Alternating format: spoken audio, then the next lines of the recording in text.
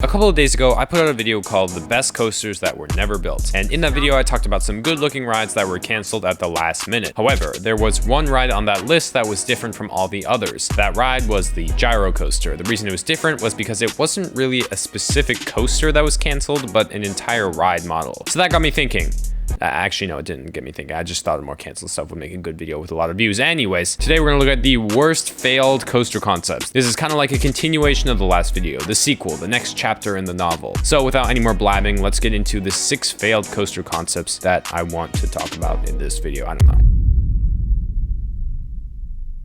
S&S is one of the most innovative manufacturers out there with concepts that make for some of the most unique rides on the market. This was not one of them. I wanted to start off with a simple one, the loop. This is literally just a loop. It's like if S&S saw the Larson Looper, saw how terrible it was, and were like, hey, we could make that, but worse.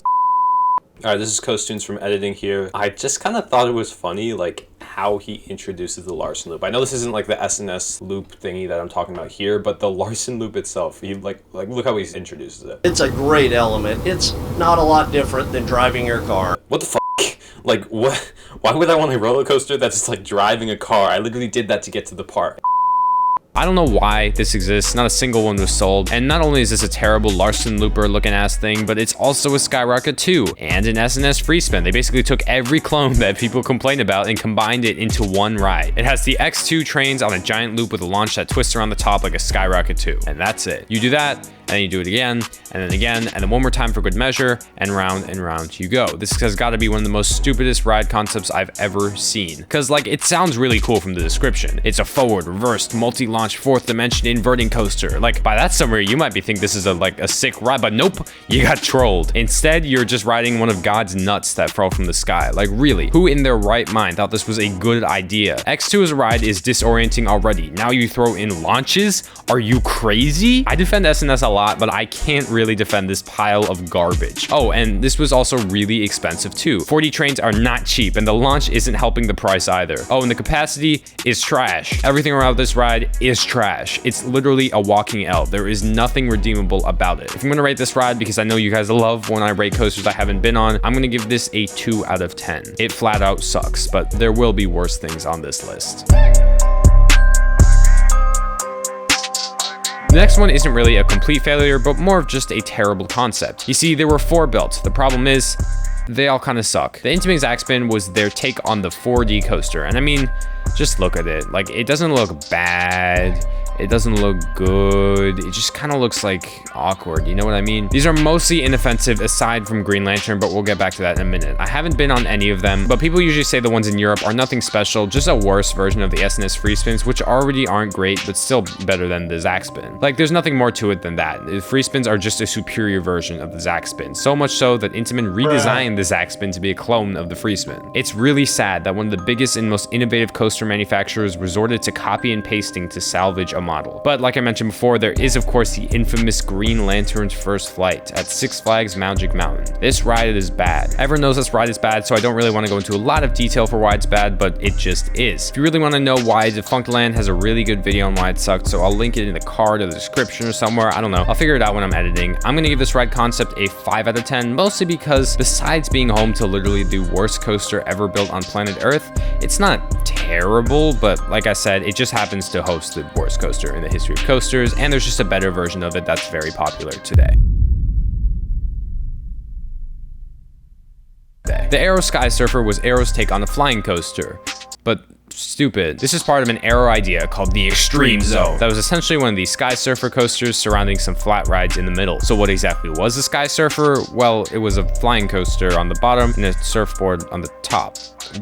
Why does this exist? The layout was basically just a giant helix with a bunch of stuff going on during it. There's no inversions or fancy elements like a pretzel loop or whatever this is. It's literally just a helix with some bumps and turns, and honestly, that's probably why it failed. This just wasn't interesting, like, at all. Like, it's cool that you have people stacked on top of people, but once you get past that gimmick, it just doesn't look like a fun ride. The capacity is also terrible. Like, it's literally 2-car trains and there's no mid-course or block zones or anything at all. Like, you'd be stuck with 1 train ops with trains planes of 2 people. And it's flying coasters, so the dispatches would literally be the slowest thing on planet Earth. Also, this came towards the end of Aero's run of dominance, meaning parks weren't too keen on working with this company that was spiraling into bankruptcy. This one just seems like a terrible investment through and through, and that's why not a single one was built. I'm gonna give this one a 2 out of 10 again. This one is pretty bad.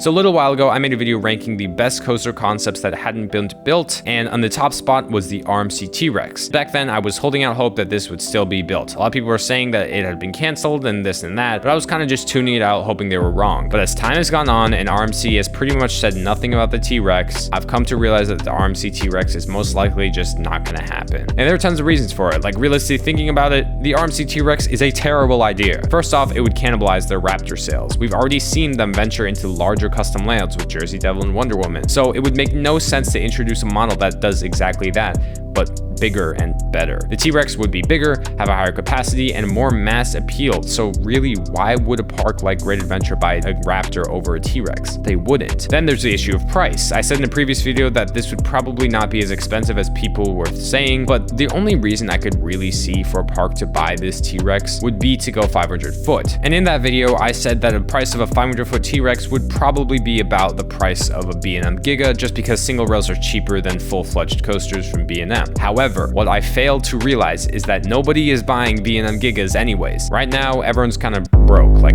no one can buy a B&M Giga, not even Cedar Fair. All I'm saying is this model sounded too good to be true because it was too good to be true. It sucks that they announced this really cool looking ride model that could take the hike record in a way that wasn't just going up and down, but we probably should have realized from the beginning that until someone actually builds one of these, it was more of a fan fiction than anything. I'm giving this a 9 out of 10 because if this were actually built, it would have been one of the best coasters on the market, but you know, it just wasn't built.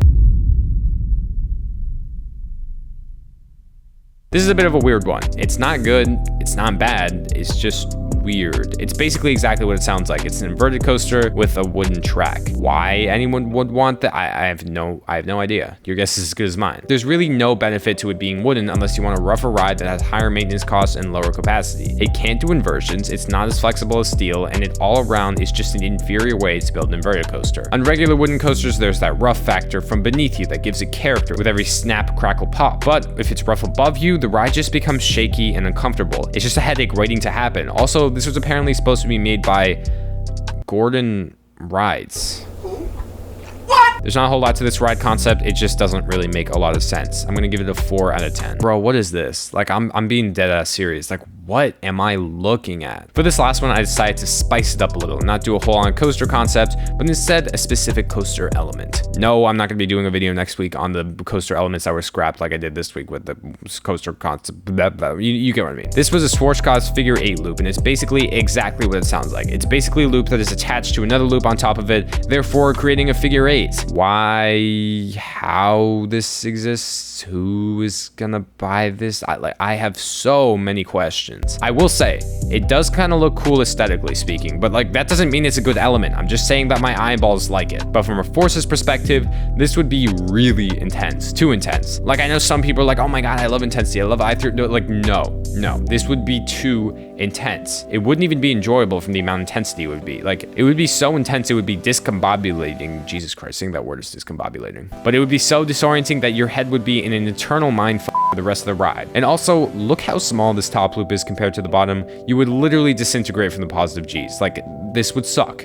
My nuts. 0 out of 10, easily. This would be painful. Anyways, that's just gonna wrap up this video and this short series on canceled coasters and coaster concepts. I hope you enjoyed me shitting on rides for 2 consecutive videos because I certainly did. I don't know, I haven't really done that in a while. I just got to word vomit for 8 minutes straight and you got to listen to me do it. So thank you for watching and I will hopefully see you in the next one.